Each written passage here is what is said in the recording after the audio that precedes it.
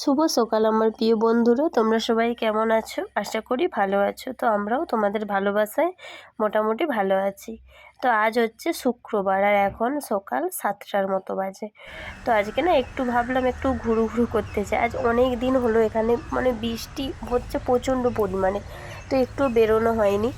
আর school মানে সমস্তটাই এখন বন্ধ। হয় শুক্রবার হলো মেয়ের স্কুল ছুটি, কারণ মানে বৃষ্টির জন্যে উপর থেকে আর কি ছুটি দিয়ে দিয়েছে। আর দুদিনই তো স্কুল, বৃহস্পতি শুক্র দুদিনই স্কুলটা ছুটি দিয়েছে। তো ভালোই হলো, তাই ভাবলাম একটু ঘুরে আসি। তো এই পার্কটার ভেতরের ভিডিও তোমাদের অনেকবার দিয়েছি, দেখেছো তোমরা। তো আর এটা হচ্ছে বাইরে আর কি, বেশ ভালো লাগে ও এখানে আসতে। বেশ সকালবেলা তো অনেকে দেখছি সব জগিং করতে আরে বেরিয়েছে। তো সেই রকম মানে রাস্তাঘাটে অতটা লোকও নেই। আর বিশেষ করে আমরা এসেছি এই যে এই নদীটা দেখতে। অ্যাকচুয়ালি কালকে না এই ব্রিজটা পুরো ডুবে গিয়েছিলো, তো আজকে এই যে দেখতে পাচ্ছ ওটাই দেখতে এসেছিলাম। তো আমরা এসে দেখছি খালি হয়ে গেছে, ওই ব্রিজটার ওপরে জল ছিল কালকে, তো আজকে আর নেই, পুরোপুরি ডুবে গিয়েছিল। তো সেই কারণে আর কি ওটাই দেখতে এলাম। তো এসে দেখছি আর এই নদীটা না পুরো খালি থাকে, আর যত নোংরা জল এইসবই থাকে, খুব একটা পরিষ্কার জল থাকে না, যত আর কি নোংরা জলই দেখতে পাওয়া যায়। আর এই জন্যই লাল দেখতে পাচ্ছ, মানে গোটা শহরের যত নোংরা এখানেই আসে। তো আর আমার শরীরটা না এখনও আর ঠিক হয়নি গো, মানে গলাটা প্রচণ্ড ধরা হয়ে আছে, মানে এখনও কফ মানে ভেতরে এখনও কফ আছে। তারপরে খুব শ্বাসকষ্ট, মানে এগুলো আর কি প্রবলেমগুলো এখনও হচ্ছে। কফ থাকলে একটু শ্বাসকষ্ট তো হবে। তো সে যাই হোক, তো চলো তারপরে এই যে দেখো চারপাশটা তোমাদের একটু দেখালাম। তো এতটা কাছে আমি যাইনি, আমি জুম করে দেখাচ্ছিলাম। তো তারপরে যে দেখো বাড়ি চলে এসেছি, এখন প্রায় 8টার মতো বাজে। তো এসে সমস্ত কাজবাজ বাসি কাজ কমপ্লিট করে গিয়েছিলাম।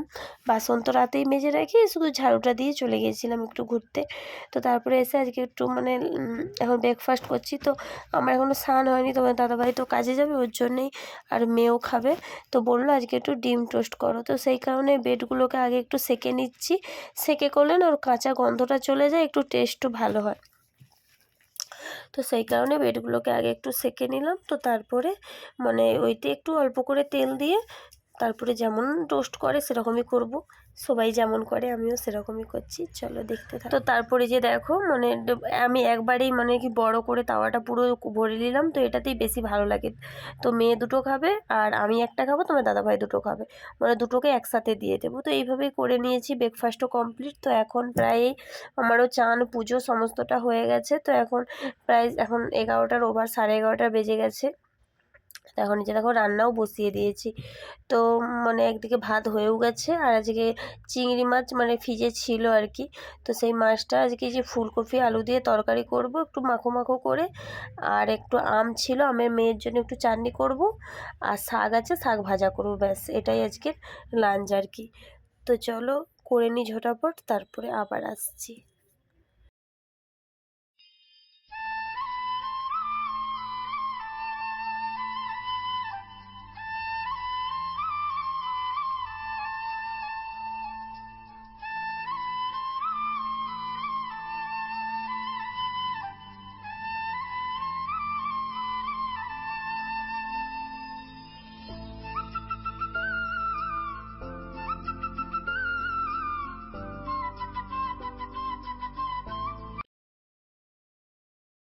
তো তারপরে দেখো মাছগুলো ভেজে নিয়েছি। তো নিয়ে সেই কড়াইতে সামান্য একটু পাঁচফোড়ন দিয়ে আর একটু পেঁয়াজ কুচি আর একটু আদা জিরে টমেটো, ব্যাস এটাই আজকের মশলা দিয়ে দেখো মানে মশলাটা কষে দিয়েও দিয়েছি।